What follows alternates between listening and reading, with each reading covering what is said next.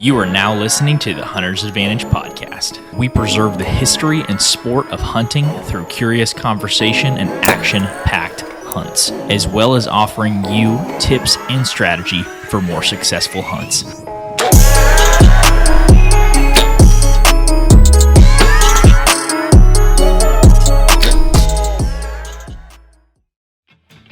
The Hunter's Advantage podcast is powered by Out on a Limb Manufacturing. Out on a Limb is a family-owned company based right here in Oklahoma that makes tree stands, saddle platforms, climbing sticks, and so much more. Christian, I have a quick question. What's that? What bites down harder, a hippo or an alligator? No idea. It's a trick question. The Ridge Runner 2.0 bites harder than both of them. But all jokes aside, we use these products all across the land on public or private. These help us get into any tree we want and hunt where the deer actually are. Most men go to the grocery store for their meat, but these products help you go to God's grocery store. I have used the Out on a Limb Ridge Runner 2.0 and the Shakar sticks for the last few years hunting public land bucks, and I've actually shot several bucks out of this setup. If you want to support the podcast and get some Out on a Limb equipment, make sure to go to outonalimbmfg.com and use code HNTA10 for 10% off at checkout. Once again, if you want to support the podcast, go to outonalimbmfg.com and use code HNTA10 at checkout for 10% off. Now let's get back to the podcast. All right. Hey, everybody. Welcome back to the Hunter's Advantage podcast. Today I'm joined by a special guest, Jesse Richard of Outdoor X Media. Thanks for jumping on with me, man. I really appreciate it. Not a problem. Before we get into all the kind of the meat and potatoes and the fun stuff of talking deer hunting and strategy and hunts and stories and all that stuff, what have you been up to this summer? Yeah, I mean, I keep up with your social media quite a bit, but what have you guys been doing? Well, it's been a weird summer. I mean, I'm in Iowa and it's been dry. Normally we're huge into running bank lines for flatheads and stuff like that, but it has been so dry. Like the rivers, you can't even get down them. We have a jet boat and we went 2 or 3 times early and it got to the point there was no water. We couldn't even run it. So it's been different. The last couple of years, we've really gotten into it and had a lot of success, but not this year. So it's been a little hit and miss. You know, my kids are older and they're getting into all their activities, and I haven't even started my deer prep besides like the last week. Man, yeah, you're cutting it close. Do you guys open up October 1st? We're October 1st. I went with a buddy down to Kentucky. He lives down there, and they open the first Saturday of September. I think it was like the 2nd. And when I left, I had zero prep done as far as stands or blinds. I mean, I had some cameras out, but like the stuff you need to check, I haven't touched it. And since then, I've started going pretty hard on it. And then youth season opened up last weekend here in Iowa, and it's put up all my stuff on hold again. So, oh yeah, maybe next week. Hey, maybe you'll have another super hot October where you can maybe get some stuff done. But you hope it doesn't sink into that. I've been noticing this summer just as hot as it's been. Like we hunt a ton in Oklahoma, and I think they set the record this year for like most 100-degree days in the summer or in a row, whatever it was. And it seems like our trail cam photos this summer have been really bad as far as like quantity. Like it just seems like deer really aren't moving on camera. Have you guys seen that too? Or are you starting to get pretty good pics as we kind of creep towards the fall? Within the last week, it has been by far the worst summer I have ever had for running trail cameras. I think I was looking back. I've been running cameras since like maybe 05, 06. So almost 20 years, and this was the worst summer I've ever had. I had 1 or 2 bucks period until maybe 15 days ago, 20 days ago, and started to pick up a few. And within the last week, I've had 4 legit shooters show up on one farm. So it's that September scramble. I love it. Yeah, we had 2 show up just this morning on a place that we shot 2 good bucks off of last year. This morning, my buddy messages me, says 2 shooters. And I'm like, oh, come on. Like I haven't seen a deer all summer on that place. And I jumped on there, and sure as heck there was two really good ones on there. Do you think that's a function of just purely being hot? Do you think deer just do not get up when it's that hot, or what do you kind of attribute that to? You've ran trail cameras a long time. Yeah, I think it has something to do with it, and I think crop rotation's another big factor. Some of my farms are the main farm I hunt is my uncle owns a piece in southern Iowa, and it's historically the farmer doesn't put a lot of inputs into it, so it was beans on beans on beans for a decade. Yeah, so I think the biggest factor, at least I've been dealing with this summer, is crop rotation. Uh, the ag field on my main farm, the farmer doesn't really care about the back stuff. It's all cash rent. He pulls the beans off the front field where, he puts all the inputs, and in the back, it kind of gets weedy and overgrown. And I just don't think there was a lot of food on that particular farm. And the neighbors, I mean, they're big time hunters down there. The basically 3 farms that are, that we share deer off of are very high managed farms, and they can pretty much do anything they want to do and can have all the money they want to throw at it. So when you have that to compete with, it's hard. Yeah, that does make it hard. I mean, it's interesting. You think like, hey, you have some good ag, and even if there's other ag around, like you're gonna have a bunch of deer. But if somebody else has something better, it's like, what are you gonna eat? You gonna eat steakhouse or McDonald's? You pick. They're both meat. Right. And then it's, is it just corn, or is it just beans, or are they putting, brassicas in? Are they putting wheat, rye? Do they have a bunch of apple trees, persimmons? How's their mass crop with their acorns?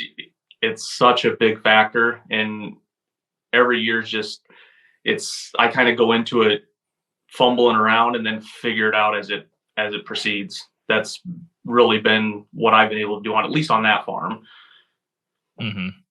Yeah, I know that it's been a hot summer and maybe been a tough summer for most folks trying to get trail cam photos, but it looks like a lot of or a few of the people in your Outdoor X Media group have put some early season bucks downs. What's some of the bigger ones? So, like when I went to Kentucky, one of the guys on there, Dylan, killed that giant framed 8-point opening night. I scored it right at 181. There's a split in the brow that the velvet's webbed together, but you can feel that there's no time there. So I'm measuring it.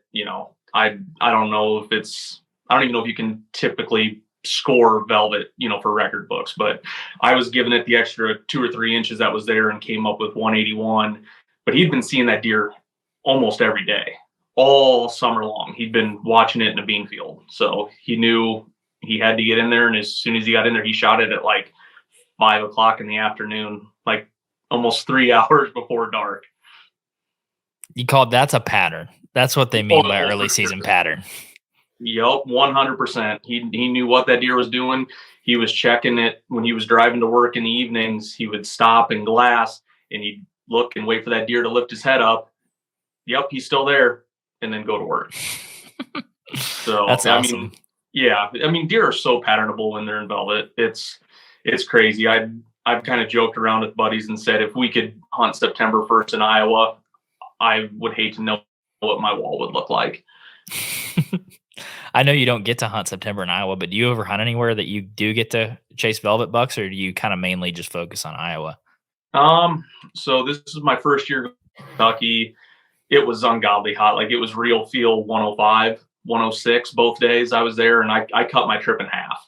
I wasn't about to doing it. I was hunting public, having to hang and hunt. And I had some intel from Dylan that was down there and a couple of his local buddies, but still the deer just weren't moving till after dark, and it made it really hard. But I've been to North Dakota twice. Same thing. No luck. Just I didn't even see a deer over 100 inches either trip. So I gave it a break for a few years. Then I finally took Dylan's invite and went down there. So yeah, there you go. I mean, I might be skipping out on the heat wave too, and just wait until I can hunt more of a primo place in October. It seems like more and more, dude. You're not hitting cool temps until like mid to late October now. So it's like seems like the summer extends into like mid October these days, which kind of sucks, but I guess it is what it is. Was it last week or something like that? It was nice, but I mean, it's back up into the mid 70s, which I'll take this time of year. It's fine. Um, but yeah, you hope for one of them early October cold fronts, and then you just bide your time. Yeah, that's right. So I did want to talk to you. You guys have been producing a ton of content and videos on the Outdoor X Media page, especially on the YouTube channel. I know that I saw in your bio that you had founder in your bio. Kind of, can you explain a little bit about the when you started and kind of why? Have you always been interested in filming hunts and kind of having a media company, or kind of how did that come about? It really started, I mean, it was a long time ago, probably 2005, 2006. I graduated high school in '04, and one of the guys in my shotgun group, they started doing a little bit of filming way back then. They were trying to get on with the big companies because only, back then it was, your brand companies that had DVDs and all that stuff. Well, they wanted to try to do it, but didn't want to spend the, $30,000 on the cameras that they had to have. So they just figured, people just want to see deer get shot. You don't need the huge production. And they started, it was called Real Hunting. It was kind of a big thing in Iowa for 5 or 6 years. It would start with, like, if you shot a deer on video, you could send it in, and they would edit it and put it on a DVD and push it out there. We did a lot of stuff at the Deer Classic. We had them in a bunch of gas stations, how it was back then. And they asked me one year to film, and I said, absolutely. And that was about the time that I met Greg Seek, and he's the other founder of Outdoor X Media. So we filmed with Real Hunting for, probably 5 or 6 years. And that started getting fizzled out. And that was about the time that we had a buddy kind of say they were starting something, which turned into Trophy Pursuit. And that was with Chris Duncan, Blake Leffler, a lot of those guys. And so Greg and I filmed with them for, same thing, 3 or 4 years. Then they got bought out by Muddy Outdoors, the tree stand, trail cam company. So when that happened, everybody kind of split. Some of the guys went with, are filming with the juries. Some guys just kind of quit. And Greg and I were like, well, man, we kind of like doing this. Let's do our own thing. We can do it. It doesn't take a lot. Let's just bite the bullet and do it. And we were fortunate enough that Chris was with Muddy still and GSM, and we kind of had a little partnership with them, creating content, pictures and videos. At the time, it was, some Muddy stuff, some stealth cams, and just sending them pictures for them to use on their social media. And that kind of led into a bunch of opportunities. Yeah, that's interesting. I mean, it seems like there's two camps. There's people that want to film their hunts, and then there's people that don't want to put the effort in to figure it out. And so they crap on people that film their hunts, but everybody wants to film their hunts is kind of what I figured out. Yeah. And I mean, it's frustrating, and I self-film 99% of the time. So I'm carrying in all my cameras, my camera arm, my GoPros, everything, trying to film everything I can. It's a pain sometimes, and there's a lot of times you just don't want to do it, but that'll be the day you shoot a deer. Oh yeah. Every time. My buddy Jake we were in the same boat, 7-day trip on public land last year. And he had dropped his platform off to the bottom of the tree, and it clanked on a rock. And then he finally got back up in the tree, and he's like, you know what? I'm not putting my camera up. Give me 5 minutes. I need to freaking just take a break before I jump out of this tree. And here comes a buck strolling behind him at like 25 yards. And he's like, of course, I didn't have everything was in my bag. This is how it goes. Yep. Yep. And that's part of the game. I mean, getting it on video that's my favorite part is laying down all of the footage, being able to show it to everybody. I mean, every single video or deer and turkey that my kids have ever killed, I've filmed. So I'll always have that to look back on. They can look back on it. And that's kind of the reason I still do it. Mm-hmm. Are you one of the people that's a cameraman first, or are you a hunter first and you worry about the footage second? Because I think there is definitely two camps when it comes to that stuff. Yeah. I guess it depends on how big the deer is. If it's a really big one. I burned myself probably 7 or 8 years ago. Middle of the rut, got in at like 3 o'clock in the afternoon and got everything set up, cracked the horns together. I mean, first pop. And, I went to adjust and I hear coming and I look up and it's this giant buck. And I'm sitting by a pond in the middle of the timber and he's coming straight at the pond. So he's either got to go down by the dam towards me and he's going to be at 15 yards, or he goes around the outside of the pond and it's, 60. So he goes 60. Well, then he starts getting on the pond dam to circle downwind. I have all this on video. I'm filming him the whole time. And I'm thinking he's going to keep up the pond dam. And I have a huge scrape right 18 yards in front of my stand. Every deer in the farm hits this scrape every year. And I'm thinking he's walking right to it. Put the camera arm on it. Wait. For some reason, he goes off the back of the pond dam, goes right underneath me at 5 yards. And he stopped at like 10 yards, grabbed the camera, go to turn it around. Of course, he kind of sees me doing it, go to draw back. I couldn't get it shot. And the neighbor ended up killing him the next year. And he was like 179 or something like that. But he was upper 60s the year I messed up on him. So it's if it's a big deer, I'm probably sending it and just, I try. I will try everything I can to get that deer. But like if he's in full frame, I'm at full draw and he walks out, I'm sending it.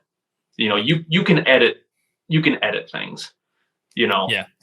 And so many people can relate to that. People that do film, people that don't film, it's understandable. And I think that's one of the things we have going for us is how we hunt is very relatable to everybody else. Oh yeah, I mean for sure. We've had these situations where, and one way we've kind of combated it is just shooting everything in 4K, because now we're like, okay, listen, we've had several situations where a buck is already in frame. We're like, all right, let's get it real tight and get crispy. And then you go to grab your bow the next time and and then he's like, okay, what was that? Or catches a wind or catches where you walked in. And it's like, okay, I already had him in frame. I didn't need to zoom up any tighter. And when you have it in 4K, you can cut it down to 1080 and it still looks really crispy. So it's like, that's okay. That's okay with me. If he's in frame, I'm shooting. And we've even done it too now where like we run the 360 GoPros and it's like, okay, he might not be in frame good, but he's going to be in this video somewhere. And even if it's a little sliver of him, that's fine. Just enough to tell the story, enough to remember it, enough to see where a shot was. That's good enough for me. Self-filming is very hard. Oh yeah, 100%. And that's one of the things, like both of the videos that we've had this year, Dylan's and then the other Kentucky deer hunter, he had his GoPro mounted up on an arm behind him, and he was filming with his phone on another one. Well, he forgot to hit record on the phone, but that GoPro is running the whole time, and it gets him, the deer, everything. And the GoPros are nice. It's not HD when you go to zoom in on some of the stuff, but you get the gist of it. And I think that's way better than just not doing it at all. Something is always better than nothing. And the content is there's kind of like a few different approaches you can take. Is the bowhunting.com kind of style is interesting to me. Like they have basically a network of people who film and then send them stuff. Is that similar to what you guys are doing, or is it more like a group of just close buddies, or do you guys bring in kind of fringe people and let them film and distribute it too? When we decided to do YouTube, Greg and I kind of figured, they're going to get sick and tired of just me and him, doing stuff. And he had an issue like 3 or 4 years before we started doing this. He was filming his wife bow hunt, and he got up the tree, dropped his backpack or something, broke his camera, broke his arrows, and he said, "I'm done. I'm not doing this anymore. This is stupid. I'm done." So for like 3 years, he didn't film anything. And when we decided to do this, I had been filming all my stuff. I have all these kills on video that I've never shown. Maybe I'd post a little clip on Facebook or something like that, but that would be it. So we started out with asking a few friends that we knew were deer killers that have had a little bit of filming experience. Like you can learn, everybody learns. I learn every time I go out, how to set up a camera, what not to do, what to do. Hey, it'd be really nice if I had this instead, this mount would work for this. So you're always evolving it, but we wanted people that wanted to do it. So I think right now we're at that, 30 to 40 people mark. As far as the team goes, and everybody's got different level of commitment, basically what it boils down to. Some people are really into it, filming everything. We got a big Snapchat group, and there's some guys on there just constant, hey, I'm hanging a stand hang, I'm making a mock scrape, I'm doing this camera, doing that camera, all these different things. Then there's other people that, they're so busy with their lives, it's not season, so there's not a whole lot of content to be done. Yeah. That stuff's always interesting to me. Maybe the audience doesn't care about it at all, but I like to talk to people about it. So I'm going to continue to talk about it for a second. But I always thought it was really interesting because the more people you have, kind of the more like lines you have in the water too, because like me, Jake, and Peyton, if one of us goes a year without killing a buck or even killing a deer, it's like, okay, we're really looking in the well for something because there's nothing there, and it's not hard for 1 or 2 people to have a bad season, or maybe you're holding out for a particular buck all season that's really big. And then at the end, you end up doing nothing. And then you have nothing for you only get to hunt 3 months of a year. So the other 9 months you're sitting there going, okay, how many review videos can I do? What else? Content, fishing, who cares about noodling? Like we do some of that stuff too, but it's interesting. Like it seems like if you have a wider net, you have better odds of getting good stuff as long as people are somewhat committed, Right. And that's one thing I've always said. And every time I asked somebody to be a part of it, the number one thing I said was, you're never guaranteed to kill a deer. You're never guaranteed to kill a turkey. It's hunting. It's fishing. There's no guarantees, but you can control the amount of effort you put in to everything else. And that's been the thing I've stood on is, hey, we have a hunt drop, share it to your page, go, try to help the team, because one of these times it's going to be you and it's going to be your video and you're going to want it to be everywhere. So do it for everybody else, sort of thing. And has seemed to work really, really well. Your level of commitment as far as like our Outdoor X Media thing goes, it's whatever you want to make it. Mm-hmm. But that's one of the things that I think is the most important is being a team and helping people out. And we have guys that call so and so, hey, I've got a turkey question. We have guys that are shed hunt hundreds of miles every year. We have guys that kill a dozen turkeys, and the fact that we can bounce information off each other and ask questions, it's awesome. Because like you said, with not killing a deer one year, it's gonna happen, and it's not for lack of effort. It's just sometimes stuff just doesn't work out right.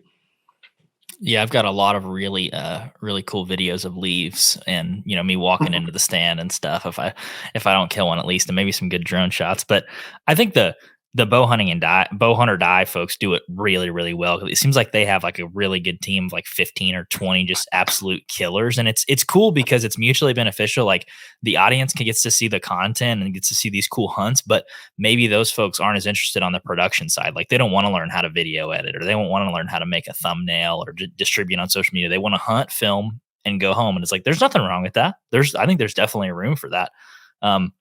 So I think there's probably so many good kills on somebody's SD camera right now that they have never put out because they're like, I don't know how to put it together. I don't even know how to put it on YouTube, that sort of stuff. Right. Not only that, but there'll be times where, you get just the kill. You may not get the whole story, but you get, I forget what company it was. I think it was, T-Bone or something. He said, the meat and taters, you get the deer walking in, you get the shooting the deer, and you get the video of you walking up, looking at the dead deer, and that's it. You don't have the B-roll, the cutaways, the driving, the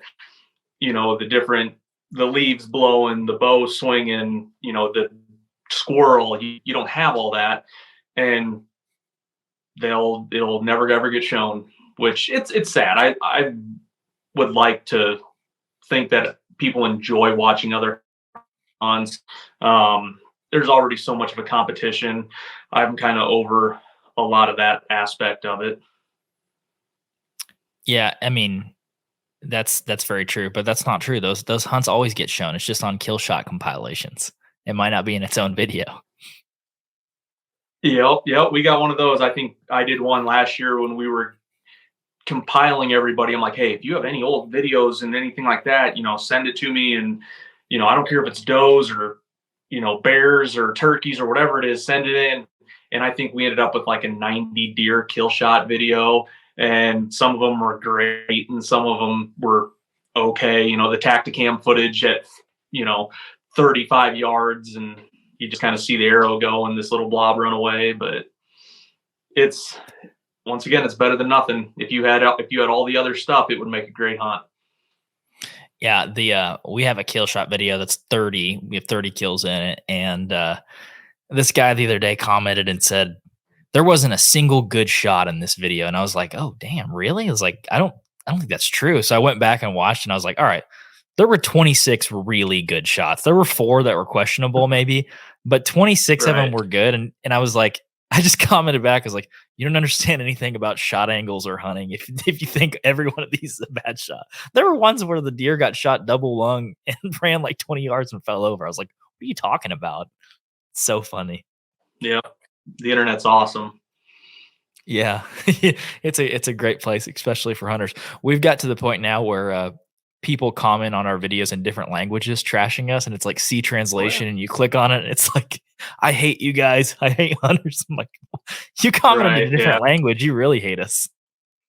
Yeah, we had a viral video. I think it's been 2 or 3 years ago on our Facebook page. So I took my daughter's turkey hunting, and we run DS4 Stealth Cam DS4K cameras in the decoys, and cool. Had Toms come in and like beat up the Jake decoy on like 3 feet away, full HD, and my daughter shoots one off of the decoy, and we posted that, and I think it's got millions and millions of views, but the amount of comments on there that 99% of the comments you can't read, and it's some of them are pretty bird, and why this, and just like, you don't need food, and just all these different things. I think a lot of it's horrible translation, and a lot of the other stuff is just, that could be what they're saying. I don't know. Yeah, I love that stuff. It's always so interesting to me. We posted a bear video, and people were like, do you eat bear, or did you just shoot that and skin it? I was like, I promise you, I shot it, and we're eating it. It's not the best thing I've ever ate, but we're eating it right now. No, everybody gets to have an opinion, which is the pro, and everybody gets to have an opinion, which is the con. So, but I mean, I don't know, it's fun. If you take it somewhat lightly, it can be really fun, but if you take it too seriously, it can really put a damper in your day, because people get really personal too. Oh yeah. I mean, hunting is very, very toxic. Sometimes everybody attacking it, and each platform's got its own, pros and cons to it. But man, it's a vile place. And I still am a little bit like it. I love to poke the bear. I love to do it. But the thing is, I'm going to back up what I say with a fact. I'm not just saying, an opinion. It's like my opinion's based in fact. It's still an opinion, and not all opinions are right or wrong. That's what people don't understand. Like, you could say bear hunting is horrible. Why would you do that? That's just your opinion. I mean, there's, tons of research why it's needed. And, we don't need to go into all of that. But if you're a hunter and you know what's going on, half of the comments are ridiculous. Oh, 100%. I think still to this day, one of my favorite feuds on TikTok was you and Iowa Whitetail Guy. That one was awesome. It gets brought up every once in a while, and it got brought up in another podcast that kind of fueled it. It didn't refuel it. It brought it back to light, because I had multiple accounts banned. I mean, I had tens of thousands of followers on TikTok, and when that all happened, I lost everything. So I wasn't even on TikTok for like a year. I just said, I'm not doing it. I'm not dealing with it. And I pretty much had buried the hatchet. And then everything happened where I kind of got called out on a podcast, and I woke up the next day with 20 or 30 text messages and Snapchats like, dude, Zach's saying this, and I'm listening to it. And I'm like, he didn't say anything bad. Like, no, I don't think so either. He was fine. It was professional. And at that point, I blocked him when I lost all my stuff, because I just was done. I'm like, it was to the point it got bad. Like, I mean, it was very, we would not have wanted to walk by each other. Let's put it that way. And so it was just, I just snuffed it out, didn't want anything to do with it. Well, then of course we block each other. I get all this on the other podcast, and I'm like, okay, I got to get a hold of him. And so I get a hold of him through Snapchat. I'm like, hey, here's my number. Call me. Nothing bad. And I called him. We talked for like an hour on the phone. And I'm like, long story short, we're good. It is what it is. We're both just very opinionated people. And it doesn't make either of us wrong. In some of the cases, there's times where we both came off not looking the best. And I'm just at this stage, I'm just over it. I realize that it's better to be professional in the long run.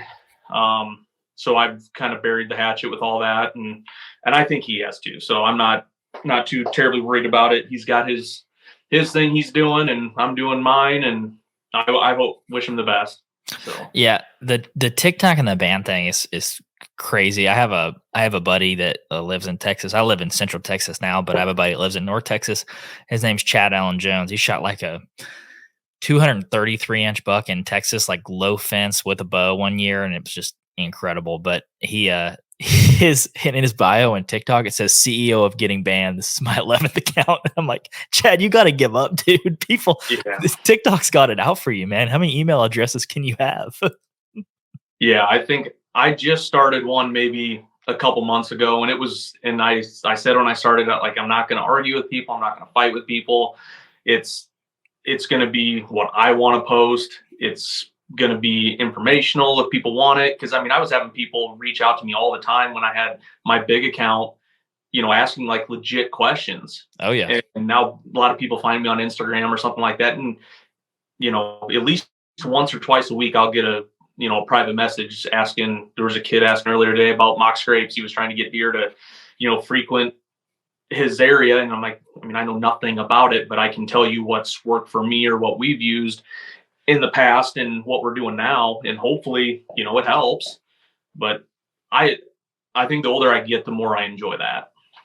Yeah. And I think you got to understand each one of these platforms too. Like, there's people that get frustrated with us on TikTok. They're like, why do you say harvest and not kill? I'm like, well, one, I don't like to say I kill stuff all the time, but two, it's because if you say kill, you get banned on TikTok. Like, and it's like, am I going to give up my reach and be able to help people like you're saying, for people that are asking genuine questions, or maybe a 13-year-old kid who has no one that's hunting or mentoring him in hunting? And is it worth me saying it how I want to say it, or being able to still be on the platform? And we've kind of decided, we're like, well, we'll do whatever we got to do in each one of these platforms. Obviously, every single one of them hate hunting, so you got to play by a certain rule anyways already. But I think that's part of it too.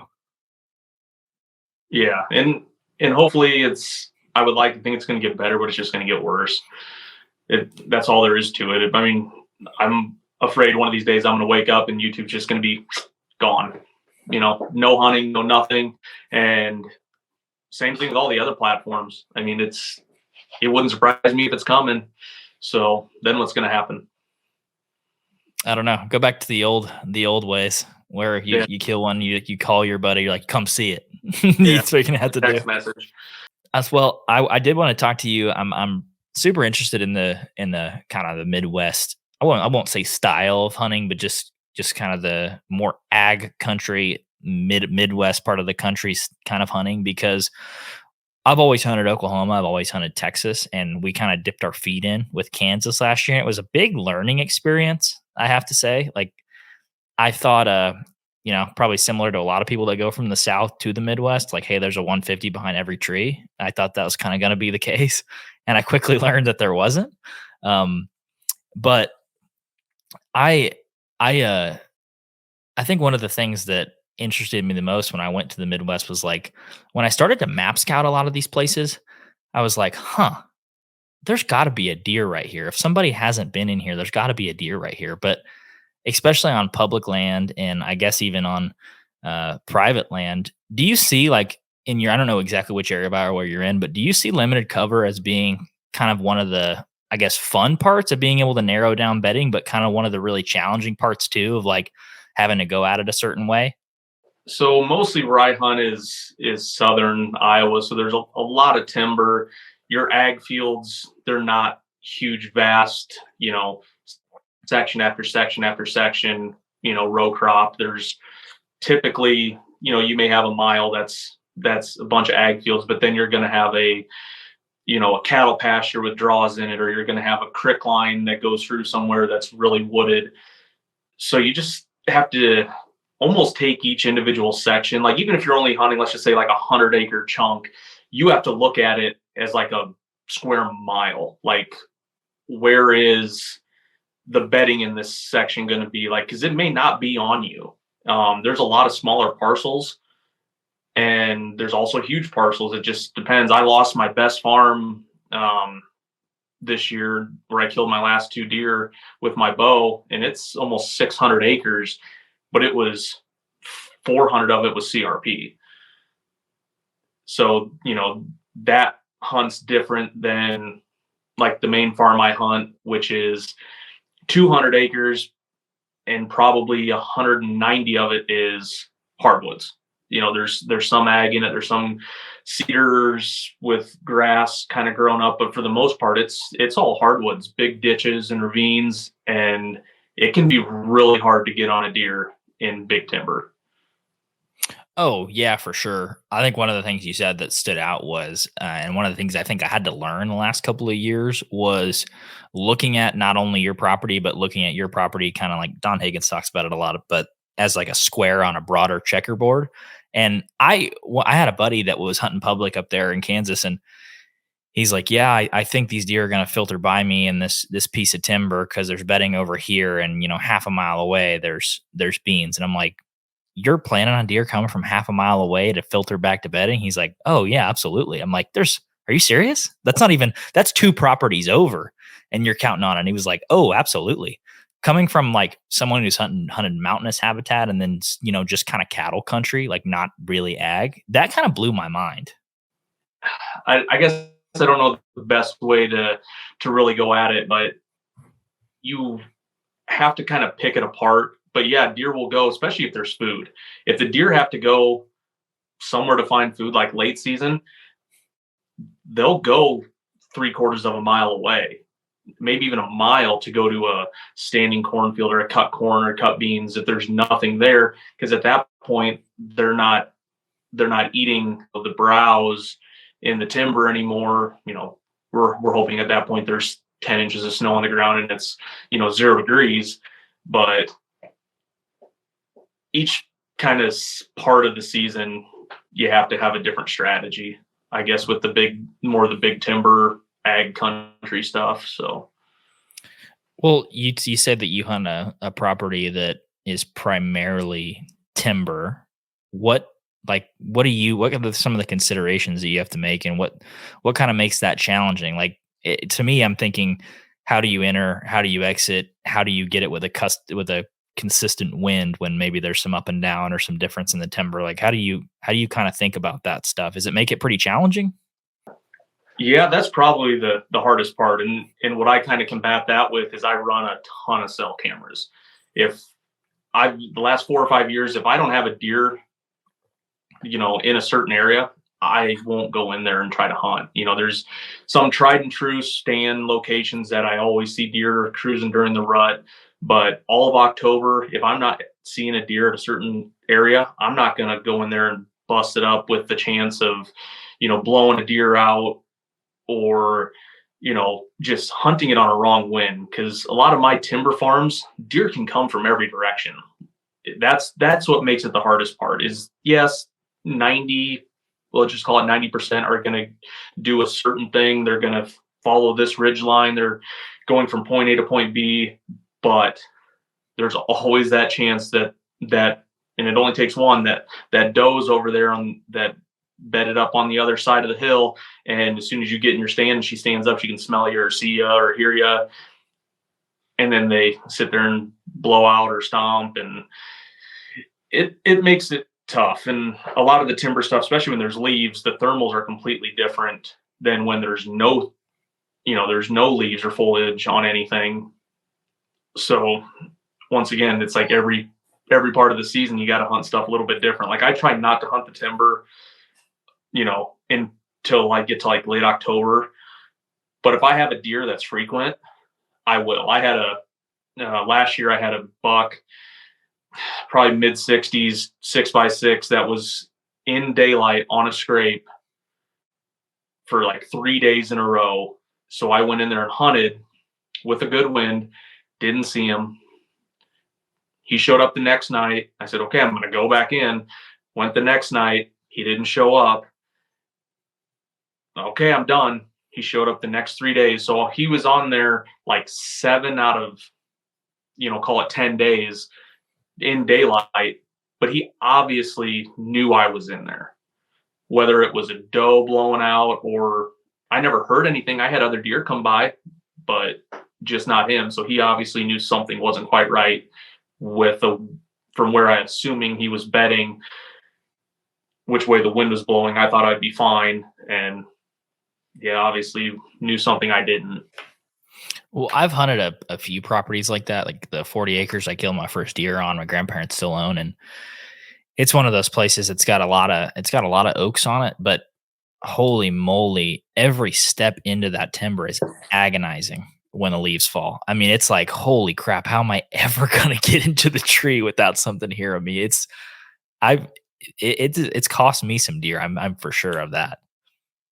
Yeah. And I mean, I've the last couple of years, like running e-bikes and stuff like that. If you have access where you can get into places fast, a lot of times deer don't understand what's going on.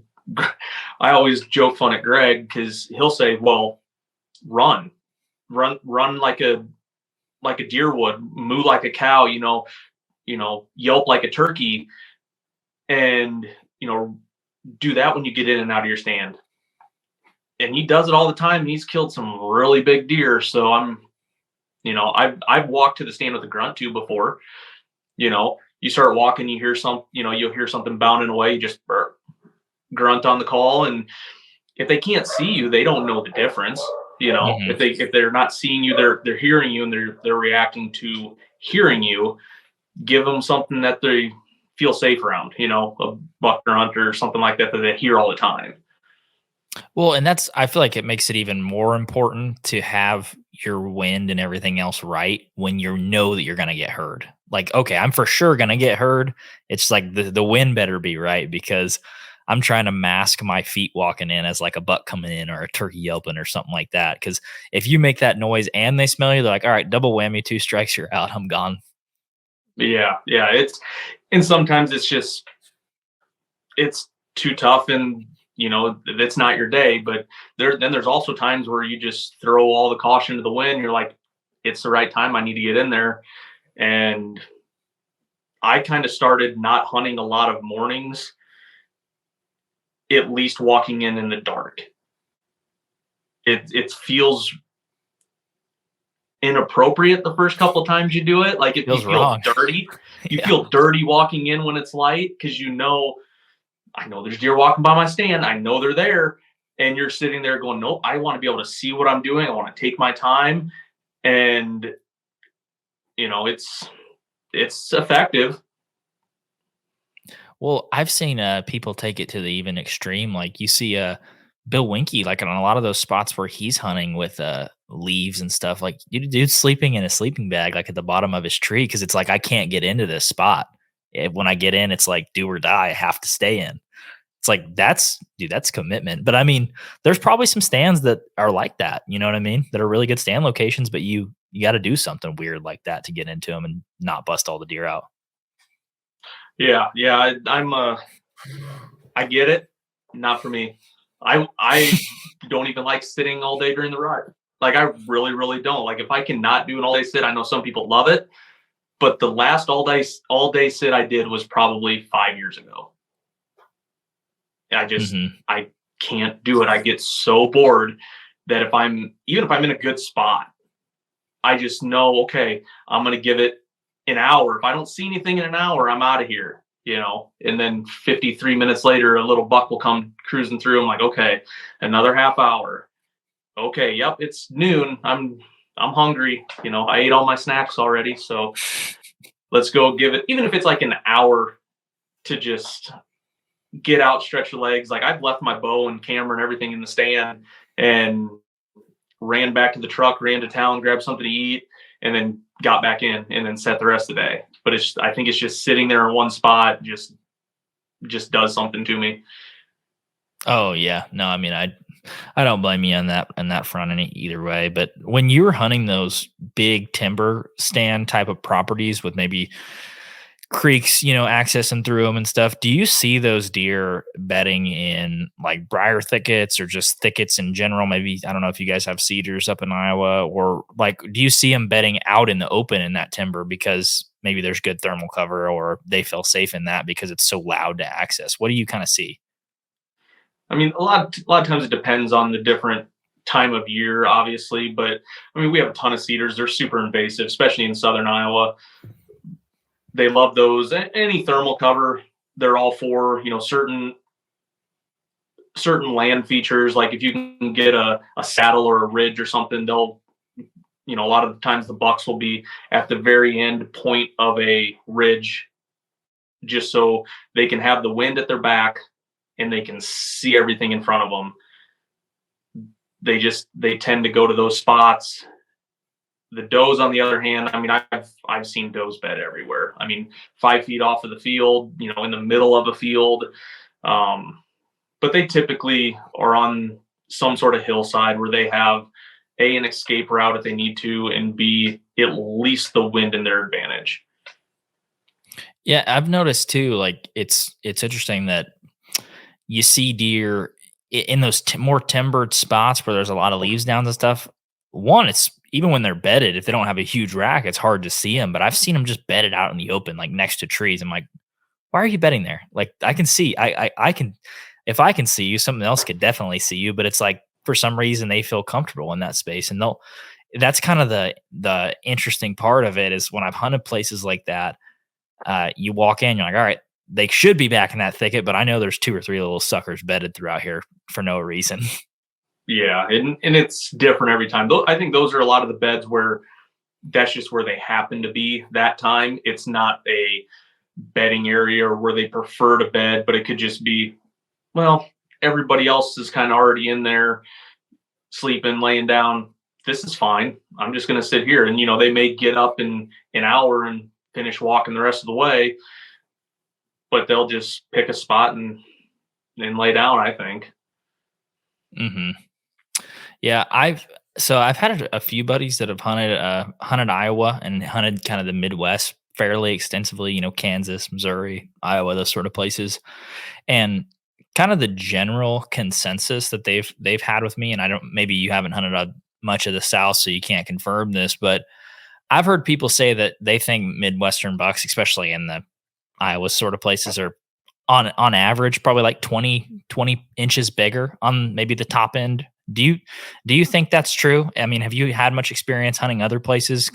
Because a lot of the folks I've talked to are like, hey, a 130 in Oklahoma or Arkansas, that's a 150 in Iowa, just to fertility, food availability, maybe management. Do you think that's true? I mean, I've never hunted anywhere in the South, so I don't know. But I've watched hundreds of hunting videos, watched guys kill deer all over everywhere, and I think there's something to it. It's even like up in the north, like Canada.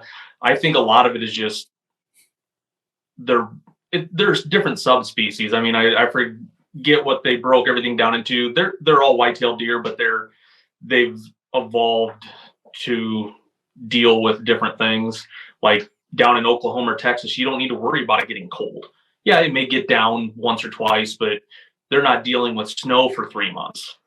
So Right. they don't have to have this huge layer of fat, which fat is a good thing for the body. They're not eating a high protein diet like they are in the Midwest. We're just a giant food plot. There's beans and corn everywhere. It's super palatable at different times of the year. It's very nutritious for them at different times of the year. And they have so many options to eat. I mean, the acorns, just the protein in all these different foods, I think makes them bigger in general. And then you do run into certain genetics, but there's always outliers. I mean, you look at these different states that have, what state was it Tennessee that had that just absolute freak? It might even be the world record. Almost 300 inches or something. Yeah, like that. It looked like it was 2 years old. Oh yeah, Like it looked like pounds. It was a 2-year-old deer, and so you're gonna have that. But I think that's more of just a genetic abnormality than anything. But like you were saying earlier, how there's a 150 around every tree in Iowa. I mean, that's not the case. It's really not. But I mean, if you did a little bit of homework and you picked out let's just call it a public piece, and you put your time in, 5 days during the rut, you're going to get an opportunity at a 130, 140. Like 90% sure. I could say, yep, you go to this public piece and you get in here and you sit, you are going to get an opportunity. Mm-hmm. Yeah, and I don't think you could say that about every state, but Iowa's not a one buck state either, is it? No. So Iowa has a bunch of weird situations. So every person that has a hunting license is guaranteed an archery any sex tag and a gun any sex tag. It's the gun. We have an early muzzleloader that's in mid-October. We have our shotgun season, which is like the first 3 weeks of December. And then our late season split goes till January 10th. And that's when you can use a muzzleloader or your bow, something like that. A landowner, if they qualify, gets an any sex tag for their land. The big kicker is the shotgun seasons. There's a loophole in the whole system because of party hunting, and I've party hunted since I was 12 years old. I'm a huge I'm a defender of party hunting, mm-hmm. but not every party's a good party. That's the one thing that people don't understand. And in 10 years, I could see the majority of the parties going away because there's not a lot of younger people doing it. Greg and I have talked about this multiple times. I'm 38. I probably in the next 5 years will be the one running our shotgun party. But that's just how it is. But going back to that is with the party rules, let's say there's 5 people in a group. one person has to have a buck tag and anybody can shoot the buck. Oh, that's really interesting. I did not know that. So, and I mean, this is knowledge. So I'm not like I'm breaking the code for anybody that's an out-of-stater. We got a couple guys that come in from out of state, but they used to live here. You know, their parents grew up in the group, and they grew up in the group, and they just got married and moved away. So one guy, I think it's like $250 for a doe tag for shotgun season. But in our party, if he shoots a buck, somebody else can tag it for him. Mm-hmm. So you get that loophole. I mean, let's just say there's 10 guys in the shotgun party, one guy can shoot 10 bucks. As long as everybody's active in the hunt is basically what it boils down to. I mean, it doesn't normally get to that extreme. It's not like it used to be. The deer numbers as far as the party hunting goes and the number of people that do it have greatly went downhill in the last decade. So you don't see the big groups like you used to. And by party hunting, you're basically meaning just groups of people walking place out or wind bumping. Like we've done a lot of that. Typically it was like at the end of the season though. Like, Right. Hey, we want to go out, special doe day. Let's go walk this place out and see if we can shoot 3 or 4 does. And we've done it during like the last day of rifle season too, because the majority of people don't want to hunt December. So they're like, all right, let's come walk my place out on November 29th or 30th or something. So we've done some of that. Is that kind of what you mean? Yeah. Basically you'll have like and this is just what we've always done. You have your blockers and your pushers.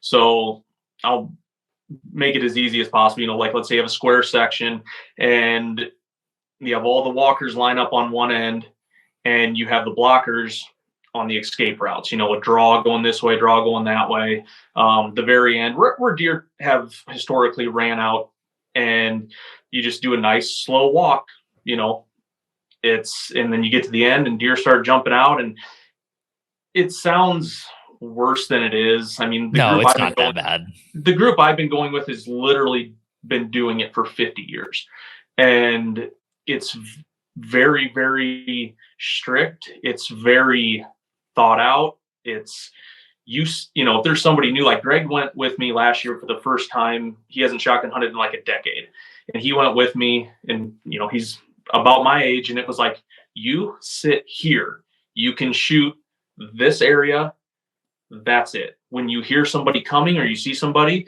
you need to be smart. You don't shoot towards them. You can, at this point, you can shoot behind you, you can shoot down this ditch. It is very, very thought out. At least our party is. And there's other ones that are bad where you hear them all the time, driving them with trucks, running across fields, 100% illegal things, but I can't do anything about that. So we take care of ours, and in the decades that I've been going, there's never really been an incident.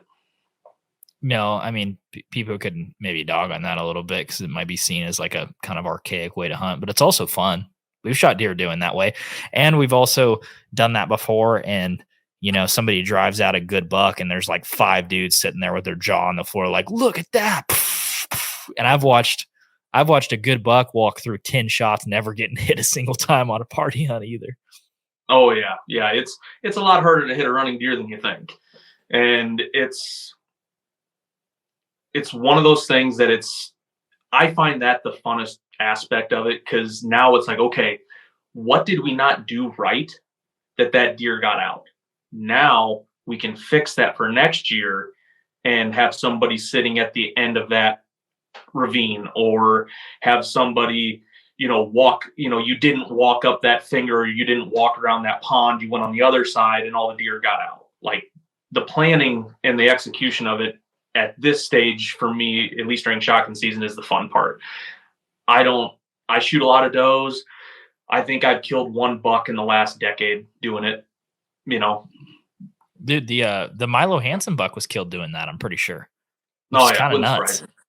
Yeah, there's probably there's a lot of big deer that nobody know about that are sitting in people's barns.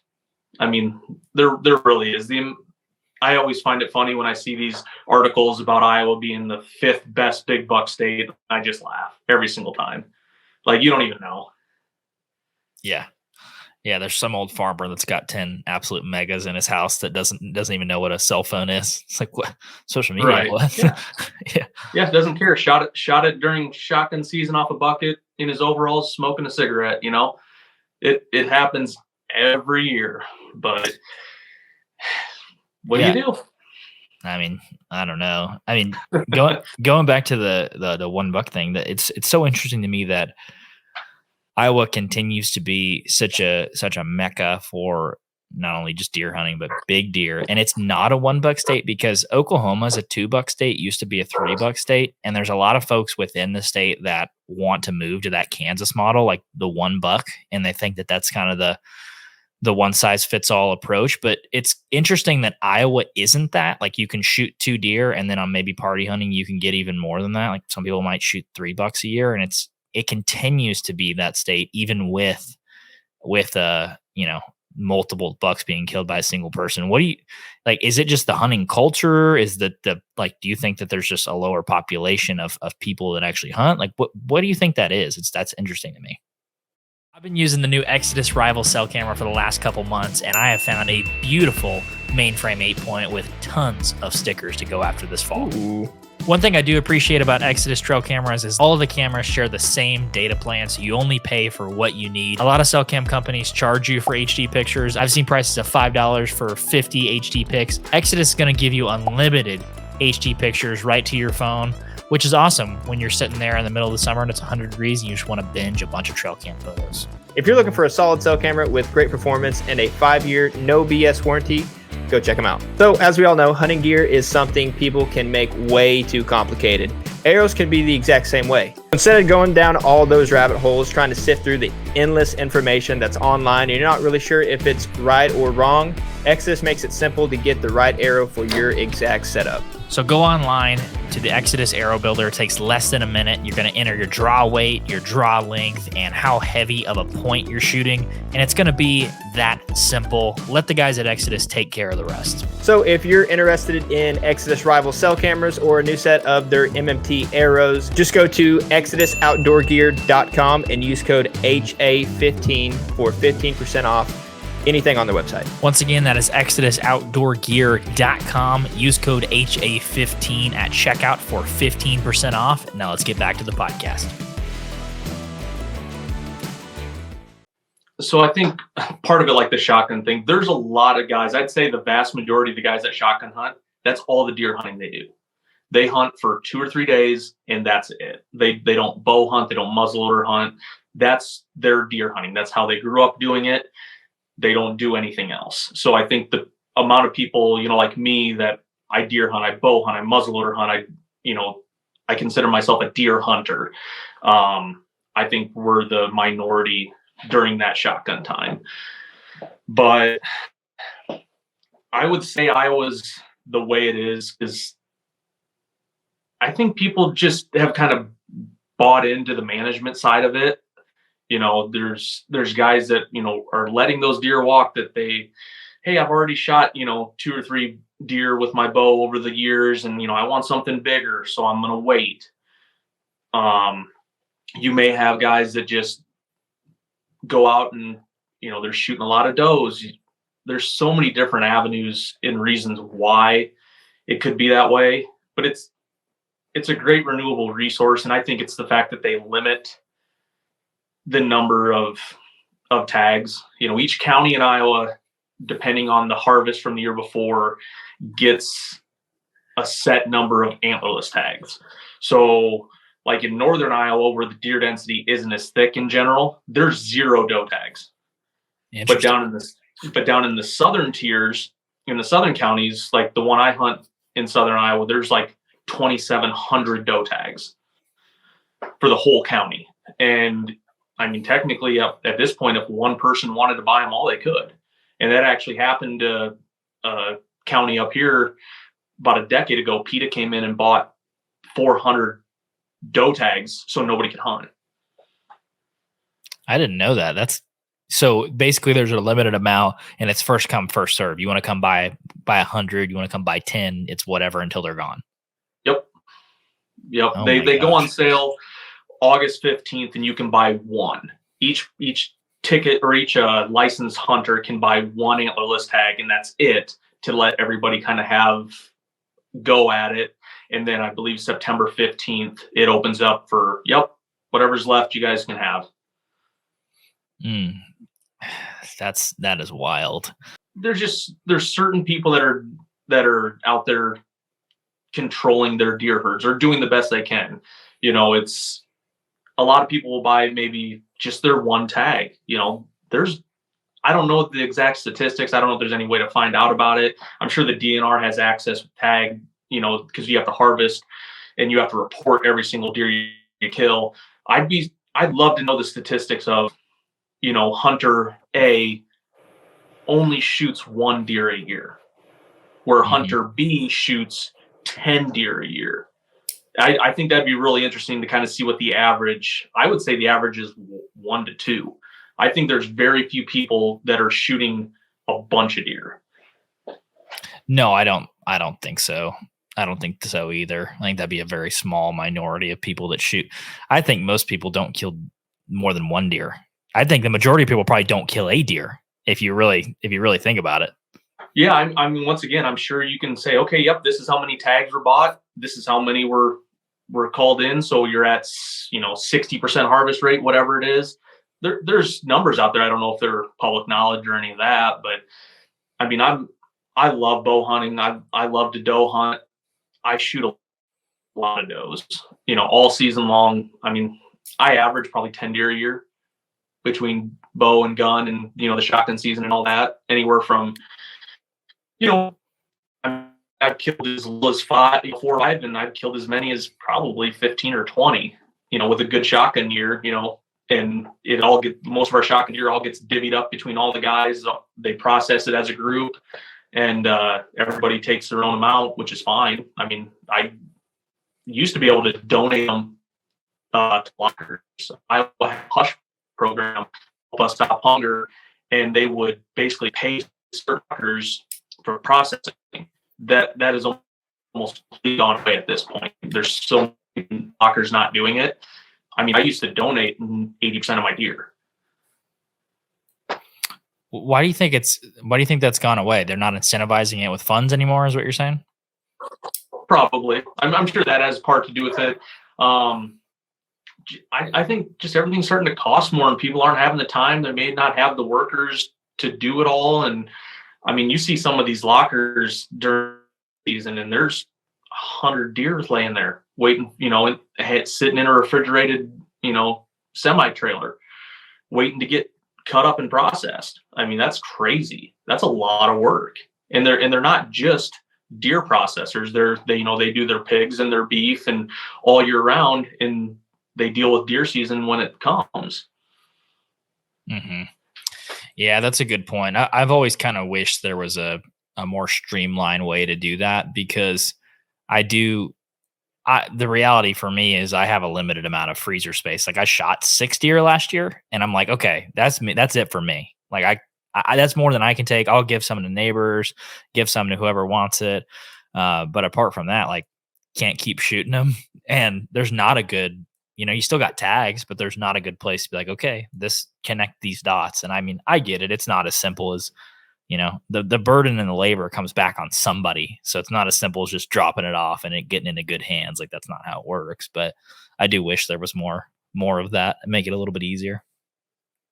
Right. And usually what I'll do is before season starts is I know there's certain people that have asked for deer in the past, and I'll kind of shoot some text messages out. Hey, it's about deer season. You going to want any, do you want this? Do you want that? I have a bunch of ground left over, and I process most of my deer myself.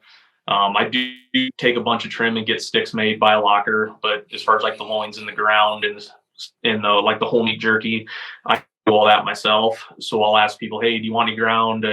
Yep, sure.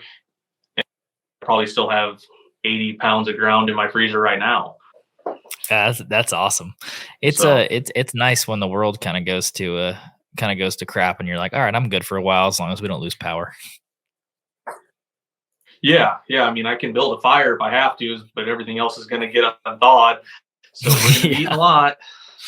Yeah, I think one of the things that Iowa does really well, and maybe people that don't live there that have hunted there thinks that this is a flaw instead of a feature. But I think Iowa does a pretty good job of managing non-residents. At least it seems like that from the outside perspective. Do you think they do? Like, do you see places being overrun with non-residents? I know the tags are very coveted, and in most places are like 5 or 6 points to get one.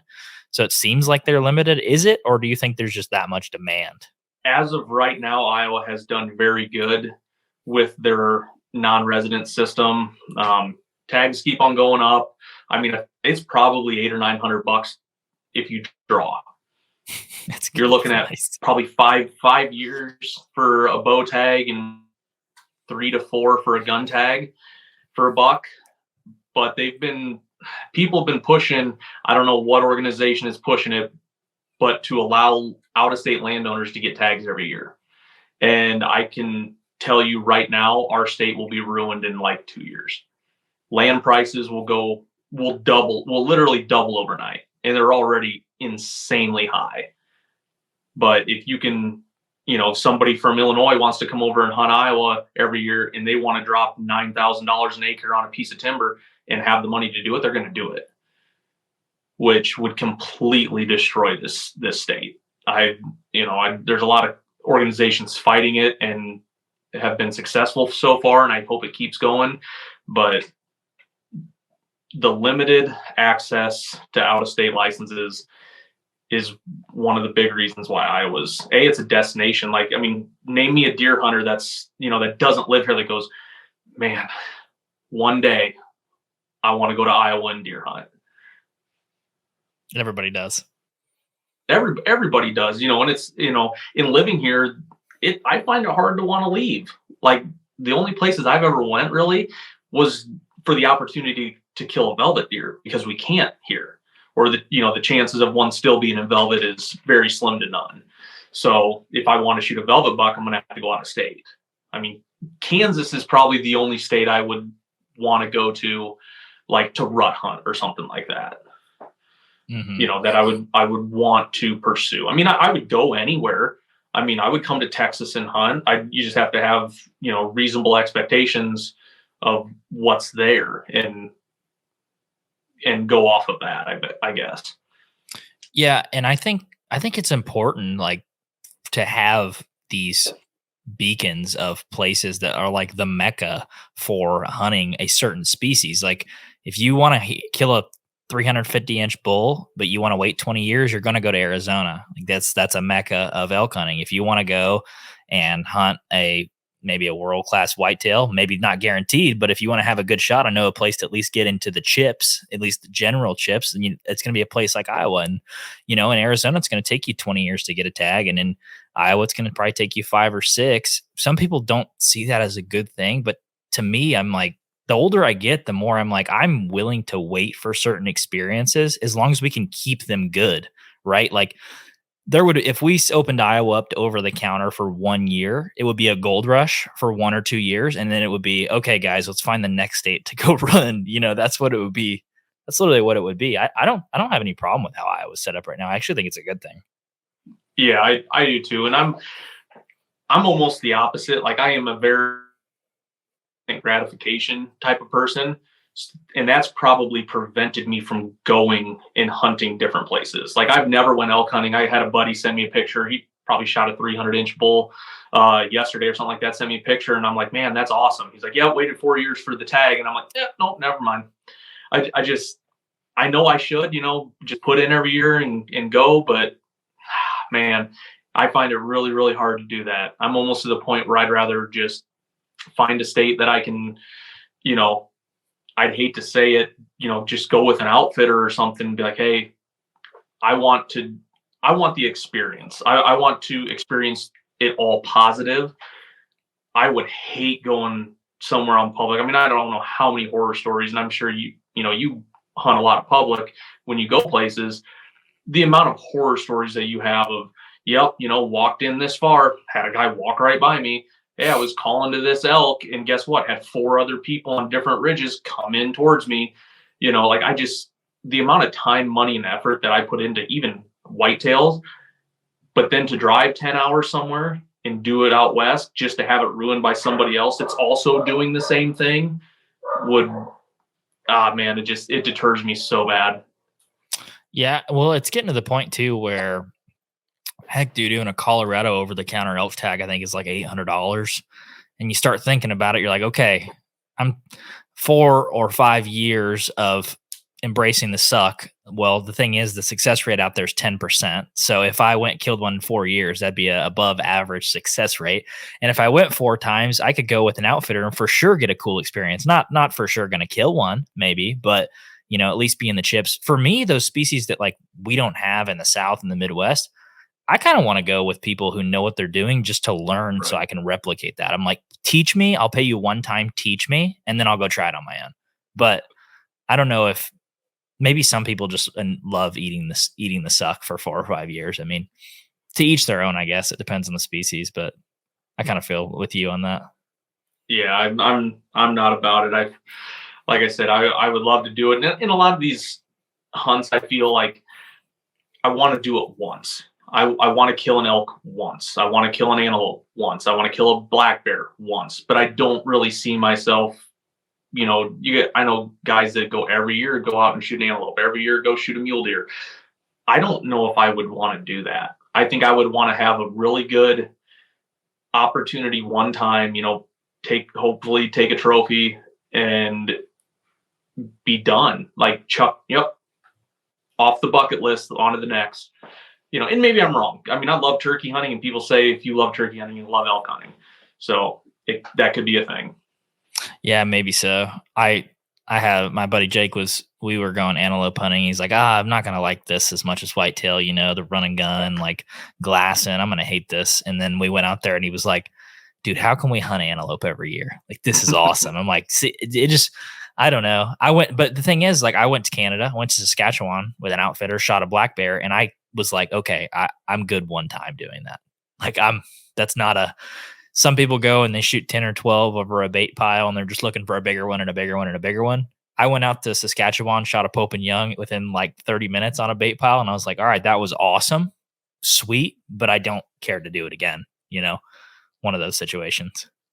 Yep. And that's kind of how I feel like I would probably be is, do it. This is great. Awesome. Same thing with like even fishing. Like, yeah, it'd be really cool to go somewhere and, catch a big pike or a big muskie or lake trout or something like that. But I don't see myself making it a yearly quest to go and do these things.